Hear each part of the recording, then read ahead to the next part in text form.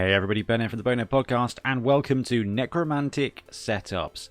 So we are looking at starting formations for all the teams available in Blood Bowl 2020. You can go back and have a look at the basic offense and defense setups. We've done a couple of videos for those, so you can just get to grips with really kind of like the opening sequence, why you deploy the way you do, and what the next steps are. So we're going to look at that with more detail at every team. Now today we're going to be tackling the Necromantic team. Now Necro team is a really interesting one, and again, put it to our Patreons to say, hey, which of the teams you want to see first, and I think Necro probably ranked second behind the rose-tinted spectacles count of the Skaven team. Necro are quite a new team. They've got a new positional. They've actually got a lot of tools. Now, as we look through the Necro setups, we are going to be using all of the positionals. Realistically, are you going to be able to afford all of them straight away? No. So it's going to be down to us to talk through replacing some of those positionals with zombies, but it gives us the opportunity to talk through each of the positionals available to this team, and there are a ton of great ones, why you need them, what you're going to be doing with them, and how to get the best out of them. And hopefully this video will help you if you're starting out with Necromantic or if you're going to be playing against them.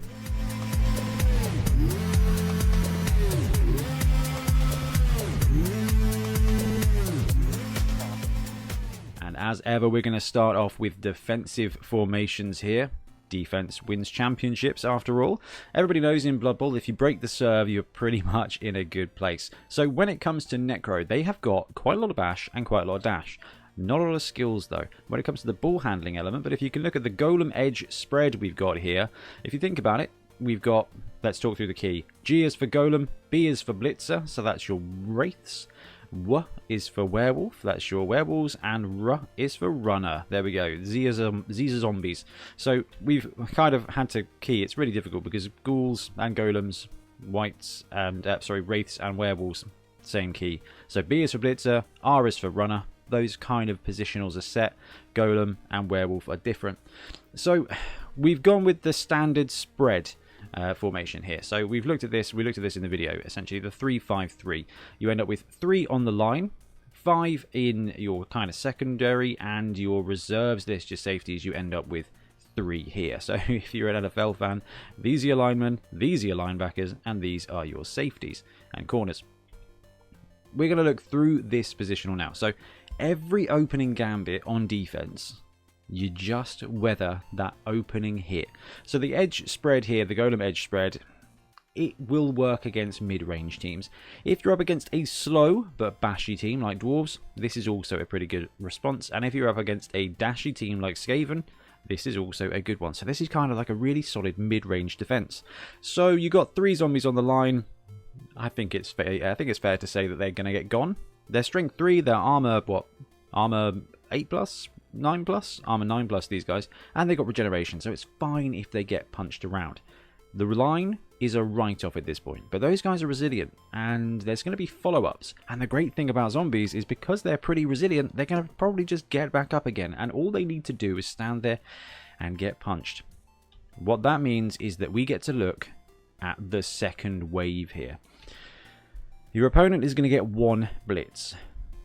These zombies are going to get pushed around, so you kind of want to keep the stuff you want to keep safe, the most vulnerable pieces, in the middle there.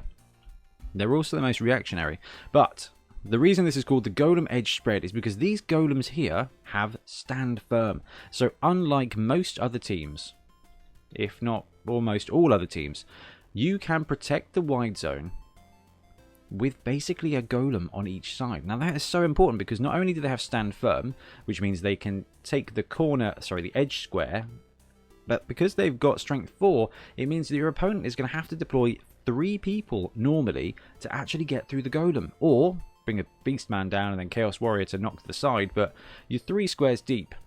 That's 4 with the blitz. They're going to end up here at best, and this kind of slow bashy teams, they're not going to be side caging straight from the kickoff. It's just not how they do. They can try it, but the ball is going to be up here somewhere. So when it comes to this setup, you've got the 3 zombies on the line, you've got these golems who are absolutely anchoring the edges.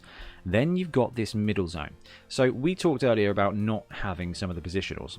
If you don't have the golems on the edge, we'll try a different defense. The fact they're strength 4 gives you so much key. But the second brilliant defensive piece on this team are the blitzers, okay, the Wraiths. These Wraiths have sidestep. Now, they've also got block, so they're actually pretty resilient themselves, and foul appearance. So what you've got here is the targets that you are leaving open for a blitz from your opponent is a strength 4 stand firm golem and a strength 3 foul appearance blocker with sidestep. So if they don't take them down, these guys just get to circle around and get in the way.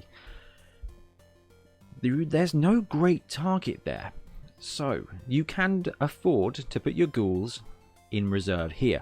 Now there's a couple of elements to this. If they knock the golems away, your runners here, your ghouls, actually have got a ton of safety advantage. And the great thing is these werewolves have got movement 8 and frenzy, so they make fantastic safeties essentially. So this guy at the back is going to be controlling and dominating the backfield with a support from one of your runners. This one here is going to be able to work in concert with either blitzer on either side and a cheeky little golem to run through and counter-attack if you want. Now remember, defense is about surviving that first hit, stalling the drive, and then choosing where to apply pressure. And the fact you've got 2 strength 4 golems here that can wander up, you've got these brilliant blitzers, the Wraiths with sidestep, block, and move 6. They are going to be able to move around. And then you've got the frenzy pieces here with these 2 werewolves. And you've got movement 7 dodge pieces. This is why Necro are so good. The downside is you're probably not going to be able to afford all this. There are a ton of build options when it comes to Necro. It feels like the most popular are the golems with the ghouls, or the golems with the werewolves, sorry. Again, pretty expensive. So your ghouls are more likely to be zombies. And you know what, guys? That is fine. If we pretend that this is a zombie and this is a zombie, what you've got is a really good blitzer here, a really good golem there, and potentially 1 werewolf. Let's make this guy the werewolf. Zombie can feel, this zombie can support the blitzer, and this werewolf can control the backfield as kind of like a frenzy safety, which is pretty awesome. So great mid-range defense here from the Necro team, relying heavily on sidestep, block, foul appearance, and stand firm strength 4. But you know what? If you've got it, use it. And for completeness' sake, you can kind of check down into the Chevron defense, the 3-4-4. Just wanted to kind of highlight where the positionals go. Again, with this one, you can put the golems on the edge line here. They're not going to get blitzed. If you want to protect them, you can actually swap these positionals around. Have the blitzers there, sorry, the Wraiths there. Yeah, Wraiths. Golems, whites, Wraiths, honestly. And you can move the golems up. They're not going to get blitzed off, and you've got a blitzer in reserve. It doesn't really matter. It depends on who you want to present. Foul appearance can be useful, and the fact they've got sidestep means they're going to wander around. So they're going to be able to attack who they want. Having the golem in defense here means they are going to have to take the blitzer out. They are very much likely to struggle to get a 2-die on this golem here, and with stand firm, he's not going anywhere. So when it comes to driving through this offense here, this blitzer is the most likely target there. It's going to be a case of support, blitz through. And once they've done that, they've got a golem to contend with here, and you've got players in the backfield there as well. So they're just not getting through. There is a running lane here. So by taking this zombie that way, this zombie that way, you do have a running lane in the middle. And you know what? That's pretty awesome. If they want to deploy their forces there, and that's in counter-attack range of a cheeky werewolf, a blitzer, and you're bringing up the rest of your forces to swamp their cage, that's all right. And because of that, you can still leave a werewolf or a blitzer or something in the backfield here to play deep safety. Fantastic work there. Zombies are going to get murdered. If you don't have full positionals, blitzer and golem, really heavy defense in this. What you are trying to do is channel your opponent into the middle. You have great kind of combat pieces, but your team is slow. If we can give them an opportunity to drive up the middle, that's going to be awesome, because quite frankly, with this defense, it's going to take an awful lot to punch through the edges here, because you've got a sweet blitzer and a sweet blocker there. They are immovable objects. This wide zone, I don't think so. They're going to have to punch through the middle here or attack this corner here. Bear in mind, if you are running ghouls and not zombies, you might want to move this runner in ever so slightly. Either pop him there, there, or there. And the reason for that is because a canny player can go 1, 2, 3. Bear in mind, he's going to be tagged, and take out this ghoul. It's going to be a 1-die block, and this guy's got dodge. But it is a risk, so if you want to play it safe, that's going to be a zombie, or you bring him in and just avoid that blitz altogether. But honestly, if they're going to come in here and blitz this guy and get a good 2 dice and follow up, they're going to end up in this tackle zone, and going up is going to take them into the zombies tackle zone, and then, yeah, alright, they're going to get free here, and you may have lost a ghoul, but if you're doing that with the blitz, they're going to be tagged, they're going to be tagged, your werewolves are not. So whoever's running down the middle there is about to get 2 die frenzy blocked with Claw. Necro are a pretty tough team. They are pretty high on the bash rating, being that they've got some pretty resilient players, some nice tasty strength 4 pieces and some blitzers with block, but they will get outbashed from time to time. There will be teams that are stronger than them. Black Orcs kind of have an edge there. Lizardmen definitely have an edge, and Pacts are just horrible for everybody. Love Pact. It's a team, it's just a unison of ridiculous missiles. So the anchor defense, which we covered in the general defensive setups, is going to be useful when it comes to Necro as well. So if you're playing a team you're likely to get outbashed by, or you just want to protect your team, this anchor is going to do the same for you that it does for every other team. The whole point of this defense is to sell these zombies up the river and protect your core team here. So if you've got ghouls that you don't want to die, they're in the middle. If you want to protect your werewolves, they're in the middle. Now, because you do have werewolves, I would place a werewolf in reserve, in safety, all the way down past the sweet spot in the center there. That's, what's that? 1, 2, 3, 4, 5, 6, 7, 8 squares in. So they're going to have a really, really tough job hitting that werewolf. But what that werewolf does give you is basically coverage of this. And I like that. One werewolf there is going to be able to strike anywhere here he likes. Even if your opponent swamps in and mobs your anchor, you've got some ghouls that could potentially break out. You've got a werewolf in reserve there. You've got a blitzer and a golem there who in combat are going to be pretty sweet. Now the blitzers, especially where they have sidestep, if your opponent does swoop round here and blitz that wraith, it's probably going to sidestep into a really solid position and then can work in concert with the golem to punch things. If you don't have all your positionals, actually having your reasonable combat piece here can be okay. Potentially better to just sell that up the road as a zombie at that point if you don't have a full lineup. Keeps your ghouls and werewolves in the middle, blitzer there if you've got one, zombies on the edge, protect your positionals. They're going to have to use a lot of movement to swing round here, and this is a good defense for someone who is stronger than you. If they're stronger than you, they're probably slower than you. So actually them being able to tie up this corner is going to take quite a lot of movement, and it gives you a lot of flexibility here, and then you are going to be left with some really solid blocks. You don't have to race your opponent, you don't have to outblock your opponent, but when they are feeding you free blocks, you've got to take it, and your team is going to be much more resilient than most teams. So they're going to feed you some good turn 2 blocks here, and that's really good, especially because you've got a couple of werewolves that can swoop in and frenzy up the spare pieces. Okay, last defensive formation I have for you here, and this is the heavy spread. So this is not one, I don't think we saw this before. I think kind of went that way with one of the defensive formations, but left the 2 guys a bit wide and accidentally put them in the wide zones instead. Silly Ben. Should have had it 7 across. Now, the heavy spread is always a little bit risky, but because of the types of players you've got here, you can run this. We'll look at the vulnerabilities, but we'll also look at the strengths. So, the heavy spread is a great defense to use against teams that are more fragile than you and or elves. Okay, now the reason for that is you're matching 5 of your guys on the line. Normally, we've seen from the other defenses, you are putting 3 zombies on there and just waiting for them to get punched.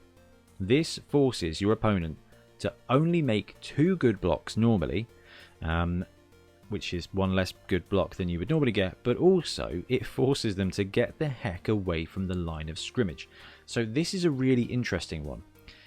Your opponent can put a dude there, and can put a dude here, and can block this zombie away, but they are going to need an assistant there to get 1 die block most of the time. Now this is really useful against strength 2 and strength 3 teams. If they've got some strength 4, it's difficult, so I wouldn't line up like this against Chaos. Not a great move. But against elves, against Skaven, this is really effective. This is really effective on defense, because normally they go block, block, block, take the rest of my turn. Here, if they block, they're getting 1, maybe 2 die blocks, and that's going to cause them to use at least 5 players on the line. Once they've done that, you have got some really good turn 2 blocks here. Now, I know that you may be kicking off at turn 5, it doesn't matter, but as far as this drive is concerned, turn 2, you are going to be left, probably, with some players in base contact. If they disengage, then you're only taking 2 solid blocks. They then disengage, and alright, let's say these zombies have just died and caught fire. You've then got forward placement of 2 golems and a zombie. And in the wings, this is the vulnerability, is that you do leave an opportunity here for a werewolf blitz. Alright, werewolf can get blitzed here. But you know what? Werewolves are strength 3, they're armor 9+. By now they've probably got block or dodge. So actually, if they want to go out of their way to blitz a werewolf or to sneak through, they can't sneak through. That's the beautiful thing. So they take on the blitzer, they can get 2 dice. It's got sidestep, it's going to stay in place. If they want to get to the werewolf, they can, but again, that's going to take 3 players. So they've got 5 players here, 3 here. That leaves 3 in the backfield. And you've got a completely unmucked with wing here and a strong centre. Heavy spread really states your intention to control this point of the pitch against a weaker team. That weaker team is likely to disengage, allowing you to redeploy to match whichever angle they go. But the thing is, you don't need to. This defense is going to leave you in turn 2 in a really great spot with a couple of free blocks. Maybe one of these guys has been taken out, and if they have, then you use the other piece to counter assault somebody here, and then you press on with this up the pitch to threaten the ball. Always try and leave a werewolf in support, but actually this is going to dominate the line, and against Skaven or elves, this forces some really horrible choices. So Necro have a really good defense, but what about offense? It's an interesting team. So again, we've got a lineup here with all the positionals. We've put the 2 ghouls in the backfield. We're going to go for the 5-4-2 offense, which I think is one of the generic ones. 2 ghouls in the backfield. Werewolves on the flank, blitzers supporting them. Now bear in mind, the blitzers don't have hands, so they're not going to be most effective. The blitzers are going to be there to bodyguard the werewolves, potentially as your ball carriers, or to form a cage. So the great thing about this offense is you get all the stages of the game. This is a very dominant line of scrimmage. You have got 5 dudes on the line. 2 of them are strength 4. So you will have the choice, no matter what and how they've deployed, to make some really good blocks. Not only that, say the ball lands here, you've got a ghoul that can come up and secure it. You can move one of these guys over and secure it, and because these werewolves are move 1,000,000, give or take movement 8, they're going to be able to swoop in and secure as well. So he secures, maybe he secures as well, and then you've got a really solid flank push here.